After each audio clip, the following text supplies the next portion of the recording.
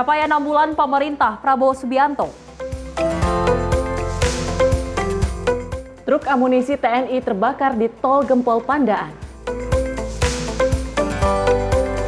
Pertumbuhan ekonomi RI nomor 2 tertinggi di kelompok G20. Siswa di barak militer mayoritas kecanduan bermain game online.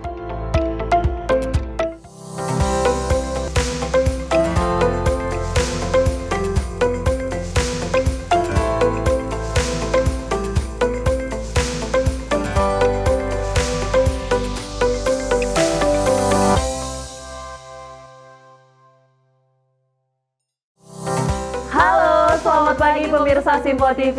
Tentu selamat pagi juga buat Tiara dan pemirsa. Selamat pagi Sally. Nah, di mana selain 4 informasi utama tadi, Tiara dan pemirsa kami akan menghadirkan informasi seputar dengan kinerja dari Kabinet Merah Putih maupun kepala daerah. Selain itu juga kami akan hadirkan informasi seputar peristiwa dan agenda parlemen bersama saya Tiara Dianti dan saya Sally Sregar. Inilah Menyapa Pagi Simpo TV selengkapnya.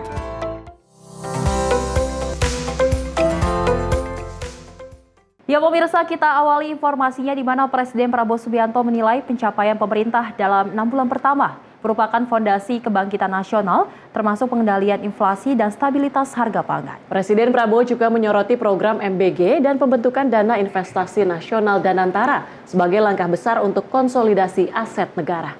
Presiden Prabowo Subianto dalam sidang Kabinet Paripurna menyampaikan evaluasi 6 bulan pertama pemerintahan Kabinet Merah Putih. Ia menekankan bahwa pencapaian strategis yang diperoleh dalam waktu singkat menjadi pondasi penting bagi kebangkitan nasional, namun mengingatkan agar seluruh jajaran tetap rendah hati dan objektif dalam menilai kinerja pemerintah. Prabowo juga menyoroti sektor ekonomi termasuk pencapaian Indonesia dalam mengendalikan inflasi yang kini termasuk yang terendah di dunia. Selain itu, ia memuji keberhasilan pemerintah dalam menjaga stabilitas harga pangan saat momen-momen krusial seperti Natal dan Lebaran. Sementara itu, salah satu program unggulan, Makan Bergizi Gratis, telah menjangkau lebih dari 1.200 titik dengan 3,4 juta anak penerima manfaat. Dalam 6 bulan kita pemerintah, kita telah mencapai hal-hal yang cukup berarti, hal-hal yang bersifat fundamental, memperkuat landasan kebangkitan kita sebagai bangsa. Kalau kita tidak objektif, kita bisa masuk jebakan bahwa kita menganggap diri kita sudah mampu padahal kita tidak mampu. Ini objektif, ini salah satu hasil daripada kepemimpinan dan manajemen Pak Jokowi. Akhir tahun, Natal, dan Lebaran tahun ini, di masa pemerintahan kita, harga-harga aman, stok pangan tersedia. Sehingga di akhir November 2025 akan mencapai 82,9 juta penerima manfaat. Pada kesempatan yang sama, Prabowo kemudian menyoroti pembentukan Dana Investasi Nasional Danantara sebagai langkah besar dalam konsolidasi aset negara. Setelah kita konsolidasi, kita kaget bahwa aset kita, aset under management kita adalah 982 miliar US dollar. Berarti kalau 982 tambah 30, kita sudah tembus 1 triliun US dollar.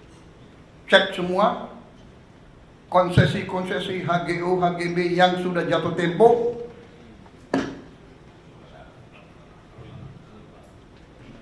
kembali ke negara. Kita telah buktikan 6 bulan pertama, kita buktikan kerjasama kita baik. Pentingnya pengelolaan aset secara profesional dan transparan, serta potensi aset negara yang belum dimanfaatkan sepenuhnya. Mengakhiri pidatonya, ia menyerukan pentingnya semangat kerjasama dan gotong royong antar pemimpin demi kepentingan rakyat. Tim redaksi Simpo TV melaporkan. Sementara itu, Presiden Prabowo Subianto membantah tuduhan yang menyebutkan bahwa ia merupakan presiden boneka yang dikendalikan Presiden ke-7 Joko Widodo. Dan Presiden Prabowo Subianto menyebut bahwa dirinya hanya kerap berkonsultasi dengan Jokowi untuk meminta pendapat dan saran terkait pengalaman 10 tahun Jokowi menjadi presiden. Presiden Prabowo Subianto menegaskan bahwa dirinya bukanlah presiden boneka yang dikendalikan oleh Presiden ke-7 Joko Widodo. Presiden Prabowo mengatakan kedekatan dirinya dengan Jokowi hanya untuk berkonsultasi dengan meminta pendapat dan saran terkait pengalaman 10 tahun Jokowi menjabat sebagai presiden. Selain Jokowi, ia juga meminta saran dan pendapat kepada Presiden ke-6 Susilo Bambang Yudhoyono dan Presiden ke-5 Megawati Soekarno Putri. Bisa lancar begini, kita bisa bagus begini karena transisi pemerintahan berjalan dengan lancar, dengan baik. Saya dibilang apa itu? Presiden boneka, saya dikendalikan oleh Pak Jokowi. Ya, seolah Pak Jokowi tiap malam telepon saya. Saya katakan itu tidak benar. Bahwa kita konsultasi, iya, itu seorang pemimpin yang bijak, yang konsultasi, minta pendapat, minta saran. Beliau 10 tahun berkuasa. Saya menghadap beliau nggak ada masalah. Saya menghadap Pak SBY tidak ada masalah. Saya menghadap Ibu Mega tidak ada masalah. Kalau bisa menghadap Gus Dur, nggak bisa. Bisa menghadap. Presiden Prabowo menegaskan pertemuan dengan presiden terdahulu dengan tujuan bersilaturahmi dan sebagai pemimpin yang bijak. Dari Jakarta, tim redaksi Sinpo TV melaporkan. Presiden Prabowo menegaskan bahwa pemimpin sejati harus selalu hadir dalam dan terlibat tanpa mengenal hari libur. Prabowo tegaskan siap turun langsung dalam pelaksanaan program MBG untuk memberi arahan dan semangat di lapangan. Presiden Prabowo menegaskan bahwa bagi seorang pemimpin sejati tak ada istilah libur dalam mengabdi. Hal itu disampaikan saat memberikan arahan kepada Badan Gizi Nasional serta Koordinator SPPI dan SPPG Nasional di kediamannya di Hambalang pada 3 Mei 2025. Prabowo menunjukkan komitmennya untuk terlibat langsung dalam berbagai proses pembangunan. Ia menegaskan pentingnya kehadiran pemimpin di setiap lini termasuk dalam urusan teknis di lapangan. Menurut Prabowo, kepemimpinan bukan hanya soal mengatur dari balik meja, melainkan juga soal membentuk karakter, memupuk semangat juang, dan menjadi teladan nyata di tengah masyarakat. Ia menilai bahwa kehadiran langsung di lapangan merupakan bagian penting dari tanggung jawab moral seorang pemimpin untuk memahami kebutuhan rakyat secara nyata dan menyeluruh. Bagi saya tidak akan pernah capek kalau saya diminta memberi pengarahan. Siapa tahu dari sekian puluh koordinator regional ini nanti kau juga akan berperanan sebagai pemimpin, sebagai bapak, sebagai guru. Memberi contoh, pemimpin bangsa, pemimpin negara, pemimpin masyarakat adalah seorang pejuang, adalah seorang patriot, seorang guru. Tidak boleh malas untuk mengajar, tidak boleh malas untuk terus-menerus memberi pengarahan, diminta atau tidak diminta. Dalam konteks pelaksanaan program makan bergizi gratis, Prabowo menyampaikan kesiapannya untuk turun langsung ke lokasi pelatihan SPPI maupun SPPG. Baik secara langsung maupun melalui sambungan daring, ia ingin memastikan bahwa setiap pelaksanaan di lapangan mendapatkan arahan dan semangat yang sama. Baginya, kehadiran adalah bentuk nyata dari kepedulian dan kepemimpinan. Tim redaksi Sinpo TV melaporkan. Masih dalam agenda kepresidenan, Presiden Prabowo Subianto kembali menegaskan langkah strategis pemerintah dalam mengelola aset-aset negara, yaitu tanah di kawasan Gelora Bung Karno Senayan dan Kemayoran, Jakarta. Kedua kawasan tersebut pemirsa dipastikan akan dikelola oleh Badan Pengelola Investasi Danantara sebagai aset negara dengan nilai ekonomi yang sangat besar. Presiden Prabowo Subianto mengatakan terkait tanah-tanah negara di kawasan Gelora Bung Karno, Senayan, dan Kemayoran akan dikelola sebagai aset negara di bawah naungan Badan Pengelola Investasi Danantara. Presiden Prabowo mengatakan tanah negara di kawasan GBK Senayan tersebut mencapai 30 miliar dolar Amerika Serikat, sedangkan di kawasan Kemayoran mencapai 40 miliar dolar Amerika Serikat. Dirinya menyebut besaran nilai aset yang dikelola negara berpotensi mencapai 1 triliun dolar Amerika Serikat lebih jika aset milik negara di kawasan GBK Senayan dan Kemayoran turut diperhitungkan. Ia pun optimis nilai itu dapat terus bertambah dengan meminta Kementerian ATR BPN untuk mendata kembali aset negara, terutama konsesi hak guna usaha atau HGU, serta hak guna bangunan yang masa berlakunya sudah selesai.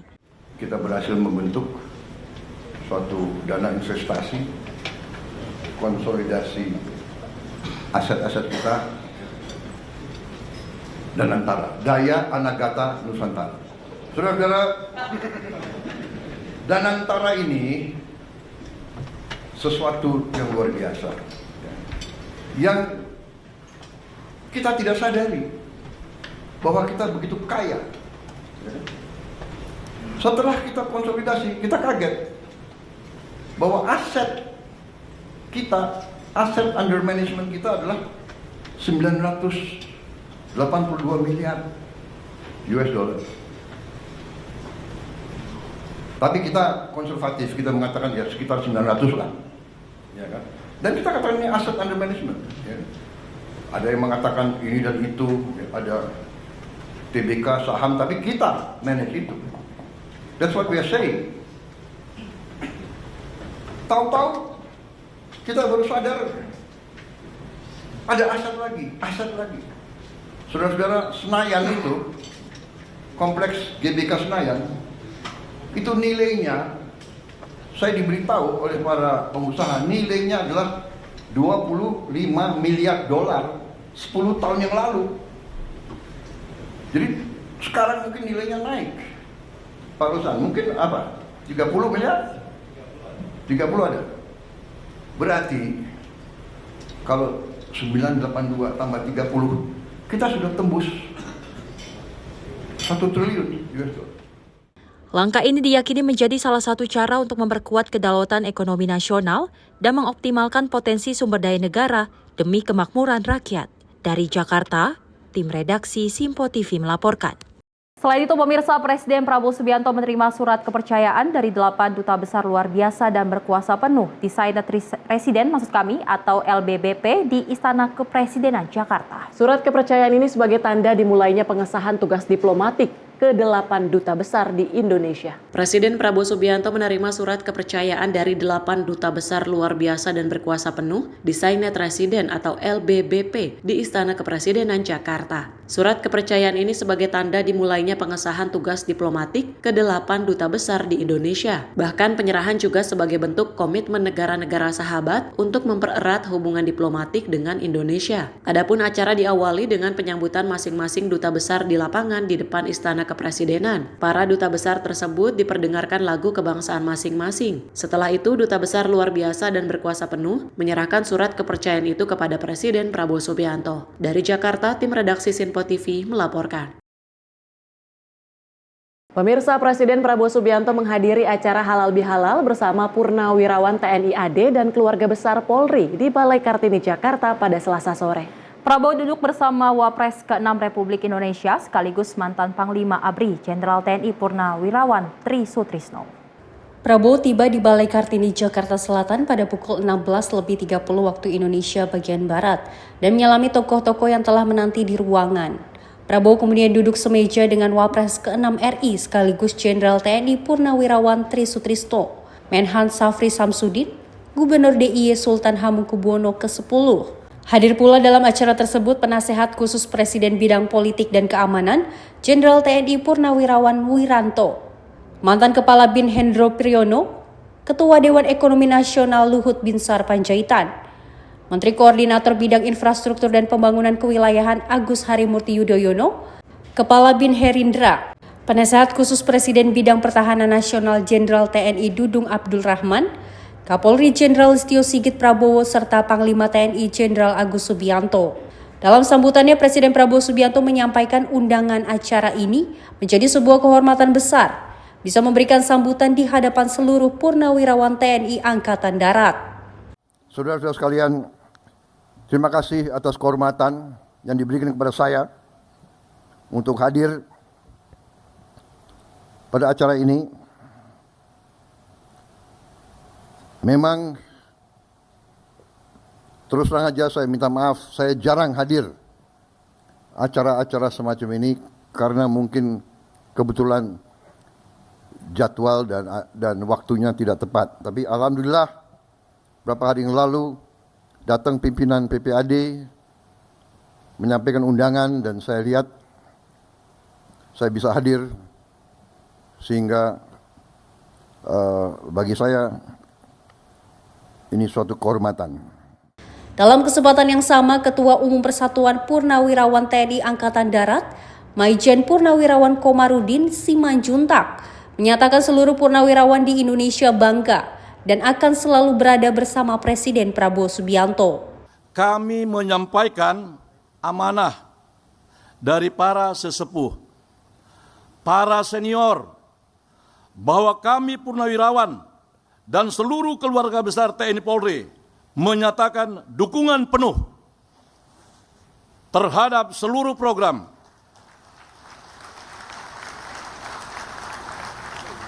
kebijakan dan langkah-langkah yang baik Bapak Presiden janjikan demi masa depan Indonesia. Dari Jakarta, Dio Malau, Sinpo TV melaporkan. Pemirsa, usai jeda kami akan hadirkan sejumlah informasi, di antaranya Presiden Prabowo heran ijazah Jokowi dipersoalkan. Selengkapnya usai jeda.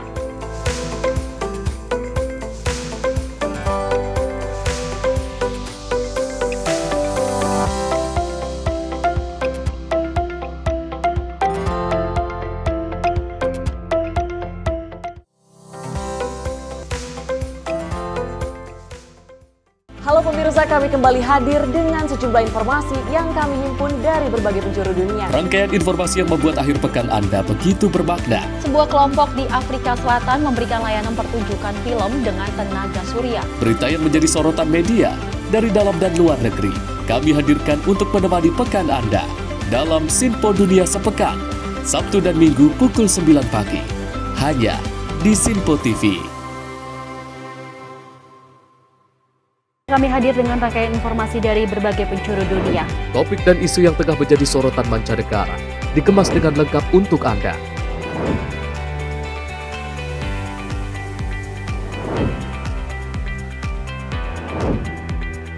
Peristiwa penting yang terjadi dari berbagai belahan dunia kini hadir dalam Sinpo Dunia setiap Senin hingga Jumat pukul 7:30 malam hanya di Sinpo TV.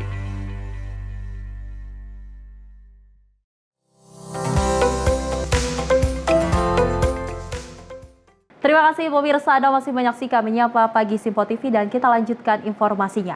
Di mana Presiden Prabowo Subianto mengaku heran terkait adanya pihak yang menuding ijazah palsu Presiden ke-7 Joko Widodo. Presiden Prabowo mengatakan hal itu tidak perlu dipersoalkan karena Presiden Jokowi telah berhasil memimpin negara selama 10 tahun. Ijazah Presiden ke-7 Joko Widodo menjadi sorotan publik usai adanya beberapa pihak yang menuding bahwa ijazah tersebut palsu. Pasalnya, keaslian ijazah Jokowi telah terbukti asli karena telah melalui verifikasi yang faktual saat Jokowi menjabat menjadi wali kota hingga kini menjadi Presiden ke-7. Menyoroti hal ini, Presiden Prabowo mengapresiasi keberhasilan kepemimpinan Jokowi selama 2 periode. Namun ia mengaku heran masih ada saja sejumlah pihak yang mempersoalkan mengenai ijazah Presiden ke-7 tersebut. Pak Jokowi berhasil 10 tahun, orang suka tidak suka. Masalah ijazah dipersoalkan. Nanti ijazah saya ditanya-tanya.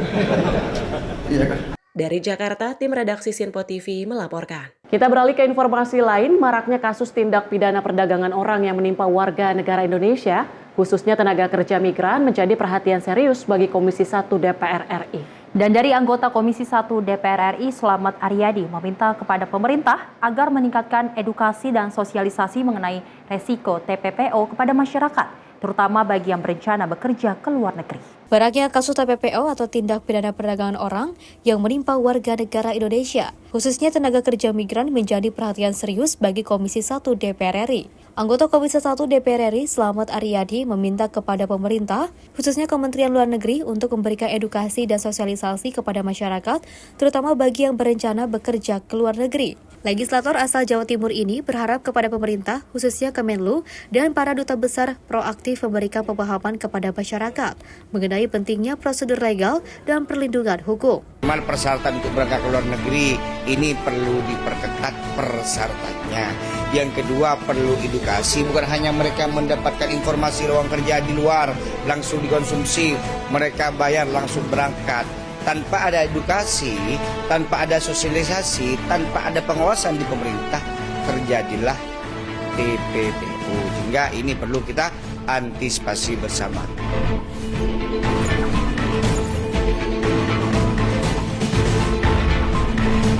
Lebih lanjut, Slamet menyatakan perlindungan terhadap WNI harus berlaku baik bagi mereka yang berangkat secara legal maupun ilegal. Menurutnya, negara tidak boleh membeda-bedakan status hukum ketika warga negara menghadapi masalah di luar negeri. Dari Jakarta, tim redaksi Simpo TV melaporkan. Kita beralih ke informasi peristiwa pemirsa, di mana sebuah truk muatan amunisi milik TNI terbakar di Tol Gempol Pandaan, Jawa Timur pada Senin malam. 2 TNI menjadi korban dalam insiden tersebut. Sebuah truk terbakar hebat disertai ledakan di gerbang Tol Gempol arah Pandaan, kilometer 772 hingga kilometer 774. Pada Senin 5 Mei 2025, pukul 22.40 waktu Indonesia Barat. Terbakarnya truk ini sempat terekam kamera pengguna kendaraan. Selain terbakar, terdengar juga suara ledakan dari truk yang terbakar. Akibat insiden ini, 2 anggota TNI menjadi korban. 1 korban mengalami patah kaki kanan, sementara satunya dinyatakan meninggal dunia. Kini telah dievakuasi ke Rumah Sakit Bayangkara Porong, Sidoarjo. Penyebab pasti kebakaran masih dalam penyelidikan pihak berwenang. Sementara itu, pihak medis di IGD Rumah Sakit Pusdik Bayangkara Porong belum dapat menginformasikan identitas korban, baik yang masih dirawat maupun yang sudah meninggal dunia. Dari Jakarta, Adelia Saptiarina, Simpo TV melaporkan. Sementara itu, Kepala Dinas Penerangan TNI Angkatan Darat Brigjen TNI Wahyu Yudayana menjelaskan kronologi insiden terbakarnya sebuah truk bermuatan munisi di ruas tol Gempol Pandaan kilometer 774 pada Senin malam. Dan Wahyu menyatakan kendaraan truk yang terbakar dan meledak tengah membawa munisi milik Batalion Infanteri 509 Balawara Yuda Divisi Infanteri 2 Kostrat yang hendak kembali ke markas dari dermaga Ujung, Surabaya. Kepala Dinas Penerangan Angkatan Darat Brigjen TNI Wahyu Yudayana menjelaskan kronologi insiden terbakarnya truk bermuatan munisi di Tol Gempol Pandaan kilometer 774 pada Senin malam 5 Mei 2025. Wahyu menuturkan, insiden terjadi saat pergeseran pasukan Yonif 509 Balawara Yuda, Divisi Infanteri 2 Kostrat yang baru kembali dari penugasan di Papua menuju markasnya yang berada di Jember. Wahyu menyebut truk yang terbakar merupakan bagian dari gelombang kedua yang mengangkut perlengkapan dan munisi. Percikan api terlihat dari bagian atas kendaraan sebelum muncul letupan kecil yang memicu kebakaran. Adapun kedua anggota yang berusaha menangani situasi langsung melarikan diri ke tepi jurang untuk menyelamatkan diri. 1 orang menyatakan luka-luka dan 1 prajurit lainnya gugur dalam insiden tersebut. Jadi kejadian awalnya itu bisa saya sampaikan bahwa pengemudi kendaraan yang di belakang truk atau kendaraan yang mengangkut munisi itu melihat ada percikan api di atas kendaraan tersebut, sehingga menginformasikan kepada pengemudi kendaraan tersebut. Akhirnya kendaraan itu menepi bersama-sama dengan kendaraan yang lainnya untuk dilaksanakan pengecekan dan penanganan. Saat akan dilaksanakan pengecekan dan penanganan, ternyata percikan itu sudah menimbulkan letupan-letupan kecil dan merembet ke semua muatan yang ada di kendaraan tersebut.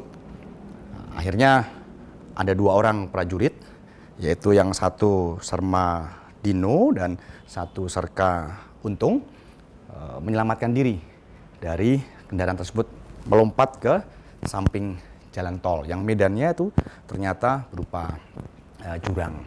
Ya. Dan prajurit yang lain itu mengatur lalu lintas supaya tidak mengganggu lalu lintas kendaraan yang lain dan menghubungi pemadam kebakaran untuk membantu menangani kebakaran atau letupan-letupan kecil yang sudah merembet tadi yang saya sampaikan, yang akhirnya menampilkan suatu kebakaran yang cukup besar di kendaraan tersebut. Setelah beberapa saat, api berhasil dipadamkan dan lalu lintas dapat dilancarkan kembali dan dilaksanakan pengecekan kepada 2 orang prajurit yang tadinya akan melaksanakan pengecekan dan penanganan setelah menepi. Ternyata ada letupan-letupan kecil yang sudah merembet ke semua bagian muatan di kendaraan tersebut. Dan saat dilaksanakan pengecekan di dalam jurang kecil itu di samping jalan tol ditemukan satu Sermadino dalam kondisi luka di bagian kaki dan serka untung meninggal dunia.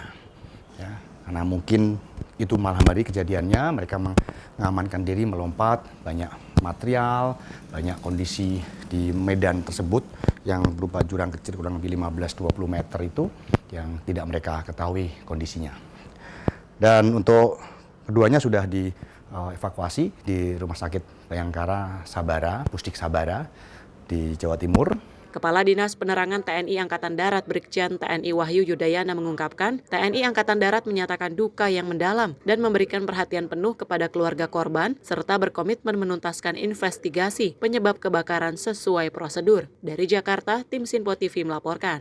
Sementara itu pemirsa, Kementerian Komunikasi dan Digital perkuat pengawasan dan penegakan hukum digital melalui sinergi dengan BPK Republik Indonesia. Langkah ini merupakan respon terhadap maraknya konten negatif seperti judi online dan pornografi anak. Peningkatan masif konten negatif di ruang digital Indonesia seperti perjudian online dan pornografi anak terus menjadi ancaman serius terhadap keamanan siber nasional.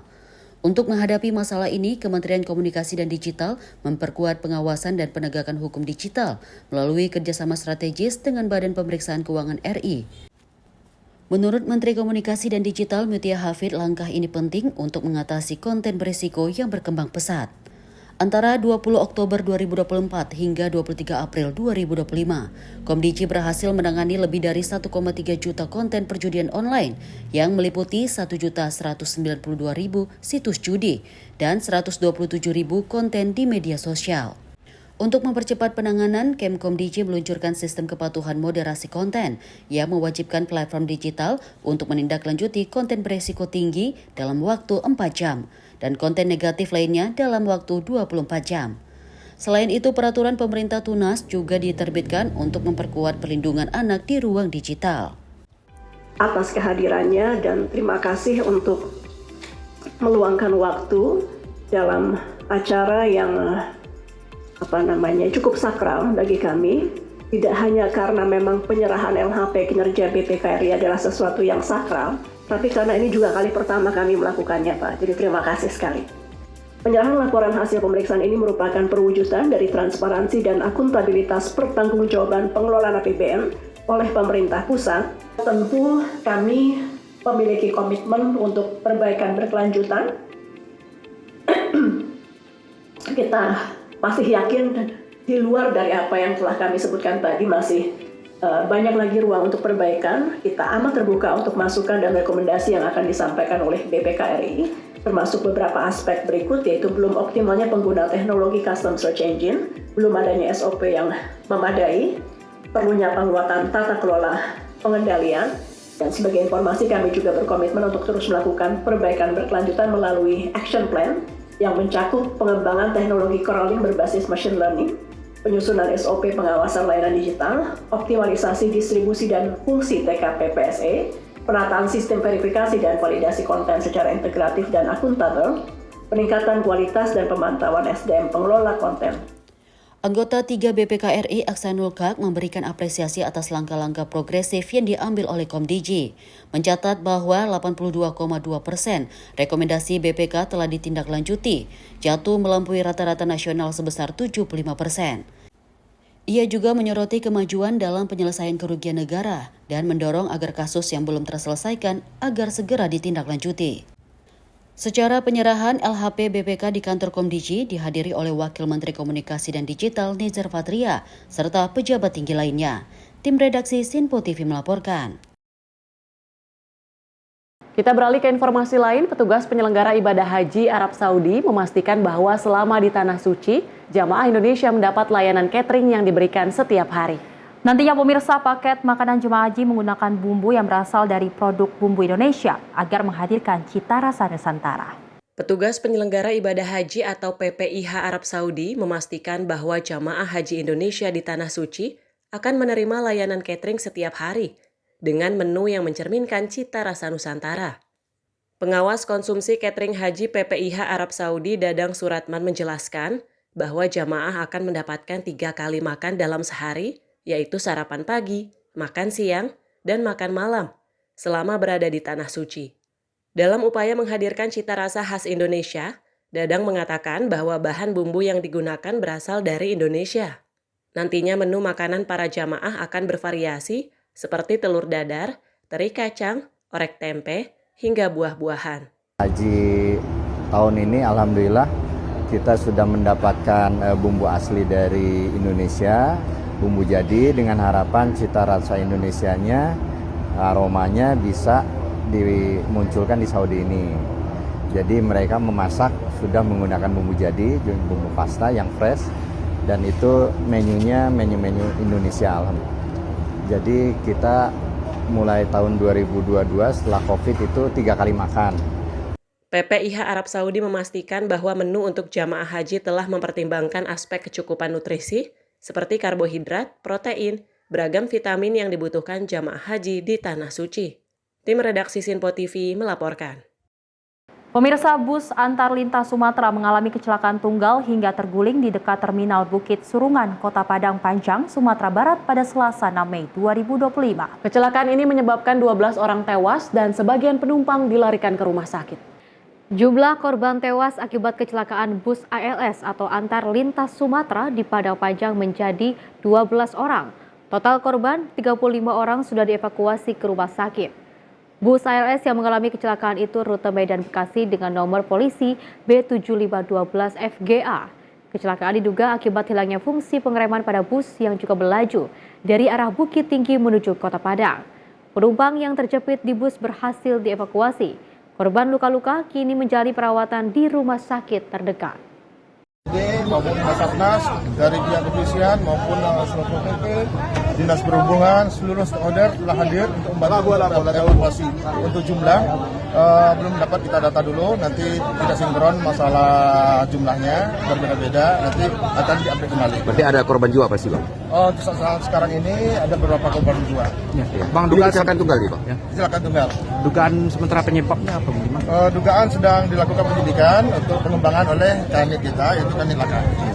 Kepala SAR Padang Abdul Balik mengatakan proses evakuasi berjalan dramatis karena posisi bus yang juga terguling dan menghantam tembok menyulitkan akses masuk ke dalam kendaraan. Hingga saat ini petugas masih mencari tahu penyebab pasti kecelakaan, namun dugaan sementara kecelakaan diduga kuat terjadi akibat hilangnya fungsi pengereman pada bus yang melaju dari arah Bukit Tinggi menuju Kota Padang. Pemirsa, informasi lainnya akan kami hadirkan usai jeda. Tetap bersama kami dalam Menyapa Pagi Sinpo TV.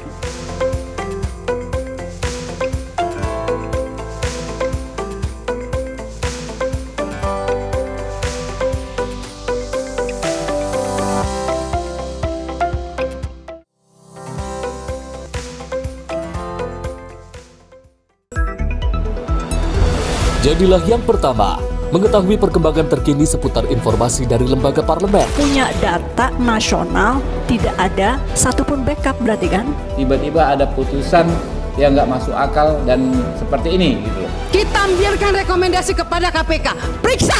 Kami hadirkan informasi paling akurat untuk mengawal setiap informasi dalam rapat komisi dan paripurna. Tentunya bersama saya Andi Rezaldi yang telah kami rangkum dalam program Sinpo Parlemen. Saya Arif Rifani. Saksikan Sinpo Parlemen setiap Sabtu pukul 6 pagi hanya di Sinpo TV. Halo, selamat pagi pemirsa Sinpo TV. Selamat pagi Andi. Selamat pagi Fen. Beragam informasi terbaru hadir menemani Anda sebelum memulai hari. Itu memang dari Menteri Perhubungan juga mendukung, Betul. dari Menteri Keuangan juga mendukung, dan kita sebagai masyarakat pun juga Harus mendukung. Mengangkat isu yang tengah menjadi pembicaraan paling hangat. Semarakan pagi Anda bersama Menyapa Pagi. Setiap Senin hingga Jumat pukul 6 pagi. Hanya di Sinpo TV.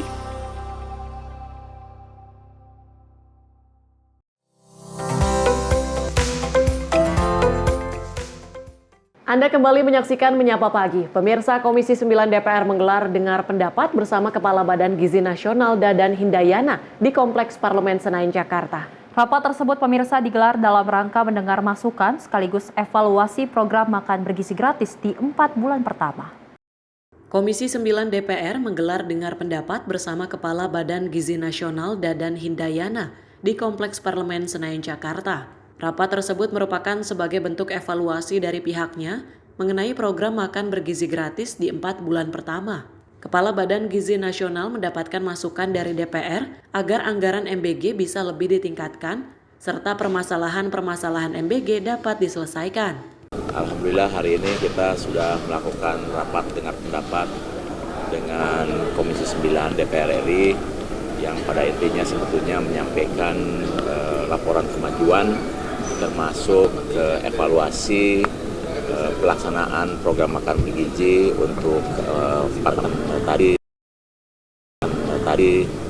di dalam kita mendapatkan apresiasi sekaligus masukan agar program ini semakin cepat, penyerapan anggarannya bisa lebih ditingkatkan, kemudian kasus-kasus kejadiannya bisa dihilangkan, dan terutama pengawasan dan evaluasinya yang perlu ditingkatkan. Kemudian keterlibatan instansi lain, lembaga lain, dan juga terutama pemerintah daerah sangat disyaratkan sehingga itu akan menjadi masukan. Dari Jakarta, Fahrizal Ahmad Amin, Sinpo TV melaporkan. Sementara itu, pemirsa, Menteri Kehutanan Republik Indonesia Raja Juli Antoni menghadiri peringatan 100 tahun berdirinya Guru Nanak Sikh Temple Gurudwara Tanjung Priuk, Jakarta Utara pada 4 Mei 2025. Menhub mengungkap menyaksikan langsung warisan nilai toleransi dan spiritualitas yang terus hidup dalam komunitas Sikh Indonesia. Pada Minggu 4 Mei 2025, Menteri Kehutanan RI Raja Juli Antoni menghadiri peringatan 100 tahun berdirinya Guru Nanak Sikh Temple Gurudwara Tanjung Priuk, Jakarta. Menhub hadir bersama Menteri Agama Nasaruddin Umar, Gubernur DKI Jakarta Pramono Anung, dan Dubes India untuk Indonesia Sandip Chakravorty. Dalam kesempatan itu, Menhub mengungkapkan menyaksikan langsung warisan nilai toleransi dan spiritualitas yang terus hidup dalam komunitas Sikh Indonesia. Melalui caption di sosial media Instagram @raja_antoni, Menhub menyampaikan selamat atas 1 abad Gurudwara Tanjung Priuk, sebuah tonggak penting yang meneguhkan semangat persaudaraan lintas keyakinan di tanah air. Dari Jakarta, tim redaksi Sinpo TV melaporkan. Kementerian Kebudayaan RI resmi meluncurkan Dana Indonesiana dengan kucuran dana di tahun ini sebesar 465 miliar rupiah dari total dana abadi yang tersedia senilai 5 triliun rupiah. Program ini merupakan program pendanaan dari pemerintah Indonesia yang bertujuan untuk mendukung kemajuan kebudayaan nasional. Menteri Kebudayaan RI Fadlizon resmi meluncurkan Dana Indonesiana 2025 pada Senin siang. Tahun ini anggaran ditetapkan untuk Dana Indonesiana yakni sebesar 465 miliar rupiah dari total dana abadi yang tersedia senilai 5 triliun rupiah. Dana Indonesiana merupakan program pendanaan dari pemerintah Indonesia yang bertujuan untuk mendukung pemajuan kebudayaan nasional. Selain itu, agar budaya Indonesia baik yang merupakan warisan budaya, seni, tradisi, pengetahuan, adab maupun inovasi kreatif dapat terus hidup, berkembang menjadi fondasi pembangunan nasional. Dana Indonesiana 2025 ditujukan untuk beberapa jenis program pelayanan. Di antaranya program pelayanan fasilitas bidang kebudayaan bagi komunitas dan pelaku budaya, produksi kegiatan kebudayaan, produksi media, dan program layanan lainnya. Jadi tahun ini tersedia pembiayaan sekitar 465 miliar rupiah dari hasil kelolaan dana abadi kebudayaan yang total keseluruhannya 5 triliun rupiah dengan target lebih dari 1.000 penerima manfaat, baik individu, komunitas, maupun lembaga. Dukungan yang diberikan ini mencakup 4 program layanan, dirancang untuk menggerakkan ekosistem budaya secara menyeluruh.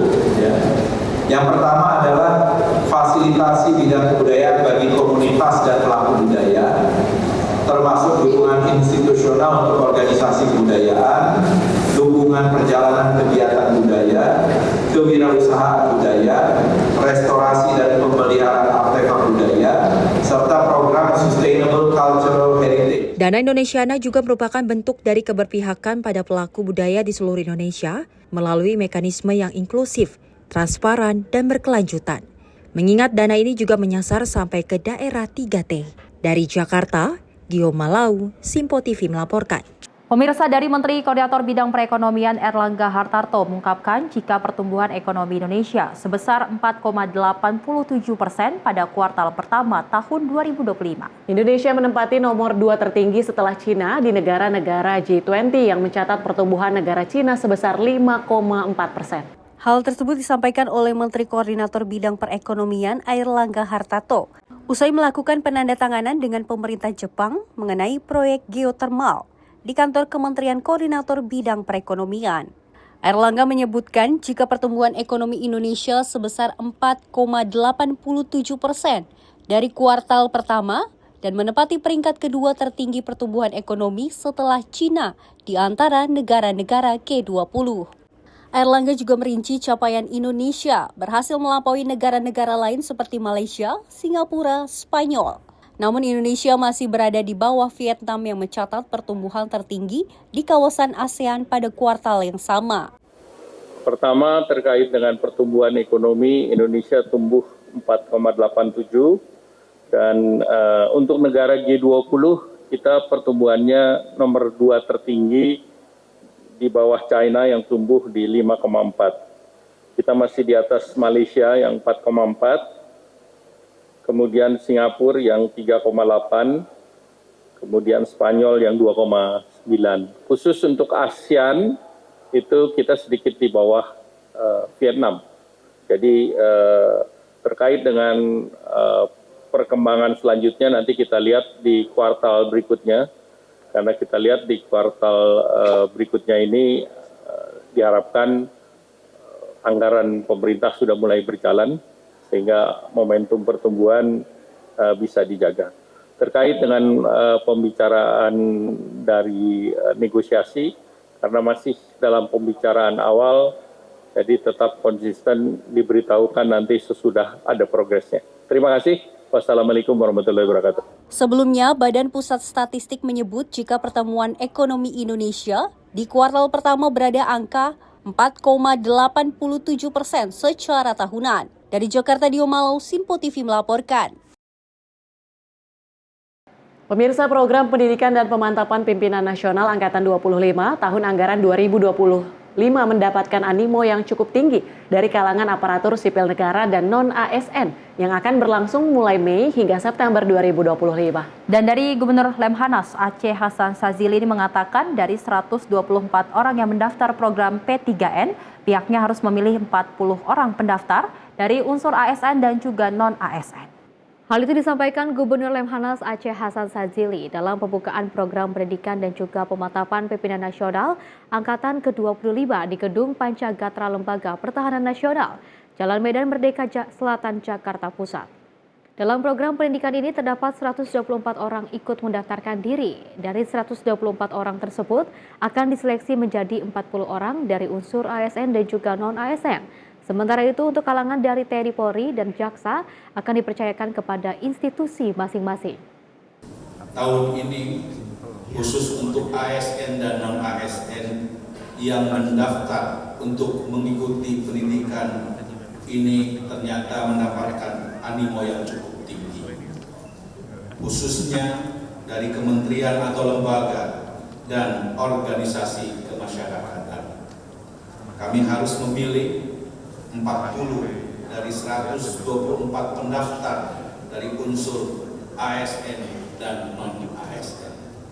Sementara dari TNI dan Polri kami serahkan sesuai dengan kewenangan yang dimiliki sesuai dengan jenjang karir masing-masing angkatan. Kami mengucapkan selamat datang di kampus miniatur Indonesia, School of Geopolitics. Saudara-saudara sekalian yang berasal dari berbagai unsur, baik sipil maupun militer, akan diintegrasikan di dalam lembaga ini guna mempelajari dan memahami masalah geopolitik dan pengaruhnya terhadap ketahanan bangsa dan negara, serta menyamakan persepsi dan pemahaman sebagai pemimpin strategis nasional. Dengan adanya antusias yang tinggi dari kalangan ASN dan non-ASN dalam program P3N, diharapkan seluruh peserta didik mampu mengkaji masalah geopolitik di Indonesia dan dunia. Aceh juga mengimbau kepada seluruh peserta didik agar bisa menjaga sikap dan moralnya dengan baik selama menjalani masa pendidikan. Kita beralih ke informasi lainnya pemirsa, di mana kebakaran besar terjadi di area parkir PT Huaseng Indonesia yang berlokasi di Desa Gemulung, Kecamatan Pecagaan, Kabupaten Jepara, Jawa Tengah pada Senin 5 Mei 2025. Ratusan sepeda motor karyawan yang terparkir di lokasi tersebut dilaporkan hangus terbakar. Kasat Reskrim Polres Jepara, AKP Muhammad Faizal Wildan Umar Rela, menjelaskan bahwa sumber api berasal dari ledakan kompor di sebuah warung makan di dekat area parkir. Kobaran api kemudian merembet ke parkiran milik warga bernama Semi, tempat di mana 150 sepeda motor milik karyawan PT HWI terparkir.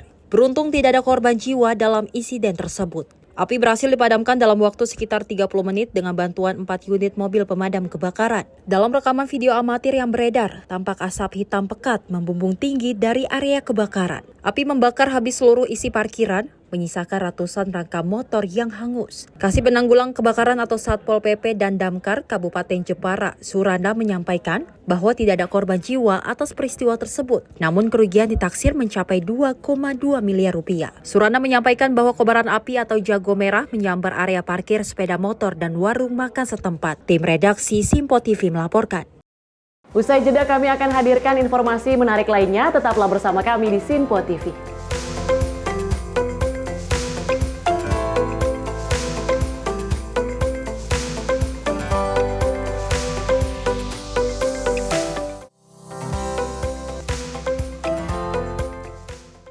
Pemirsa Simpo TV kembali hadir menemani Anda dengan berbagai informasi yang telah kami rangkum dalam sepekan.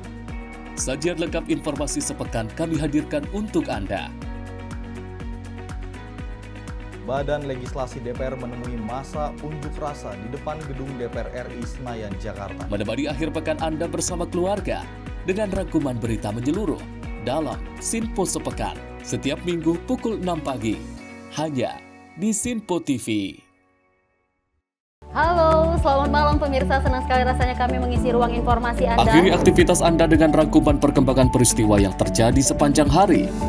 Sebelumnya kita saksikan ada sekitar 3.000 tamu undangan, sementara di Ibu Kota Nusantara ini ada sekitar 2.000 tamu undangan. Rangkaian informasi nasional dan mancanegara dirangkum sebagai penutup hari dalam Menyapa Malam. Setiap Senin hingga Jumat pukul 8 malam, hanya di Simpo TV.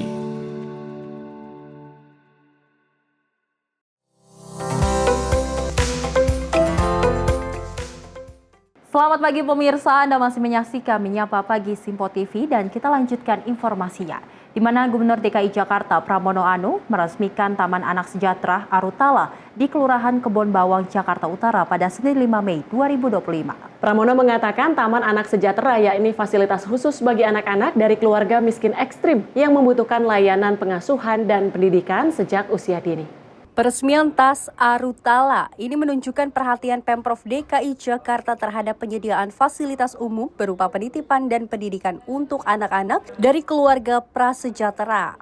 Pramono mengatakan pembangunan Taman Anak Sejahtera ini merupakan bagian dari program 100 Hari Kerja Gubernur dan Wagub Jakarta. Ia menargetkan untuk membangun 44 taman anak sejahtera di setiap kecamatan di Jakarta. Saat ini baru ada 3 TAS yang beroperasi. Pembangunan Taman Anak Sejahtera ini menggunakan anggaran baik dari Basnas Basis, DKI Jakarta, CSR, dan APBD. Ia berharap dengan adanya TAS, anak-anak dari keluarga prasejahtera dapat memiliki kesempatan yang sama untuk meraih cita-cita mereka dan memperbaiki kualitas kehidupannya. Sekarang ini kerja juga? Iya. Kerja apa Bu?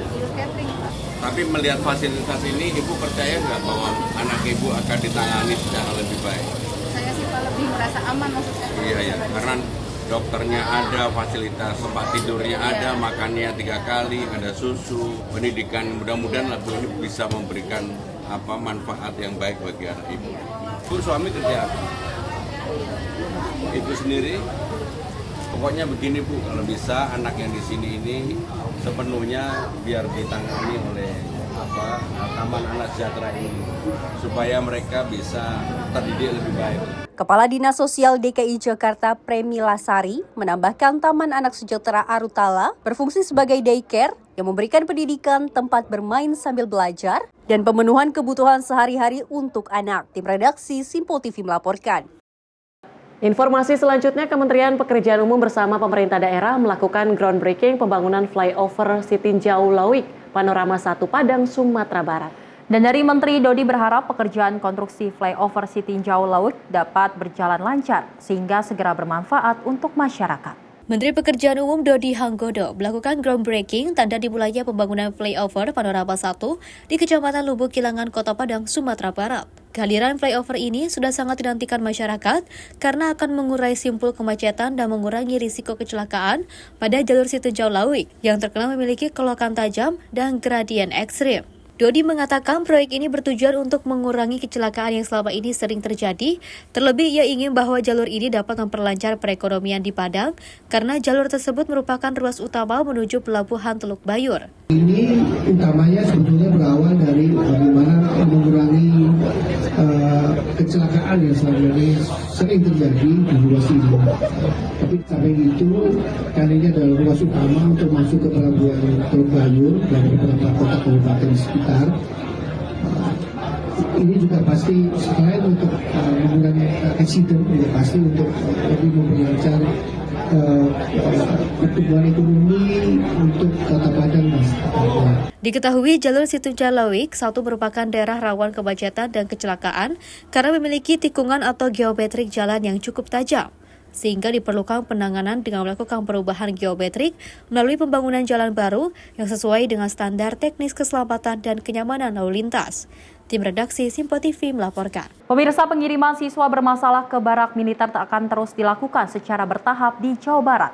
Semakin banyak orang tua yang ingin menitipkan anaknya untuk mengikuti pendidikan karakter. Pelajar yang dikirim ke barak militer tersebut memiliki sejumlah latar belakang masalah. Salah satu yang paling mayoritas adalah kecanduan bermain game online.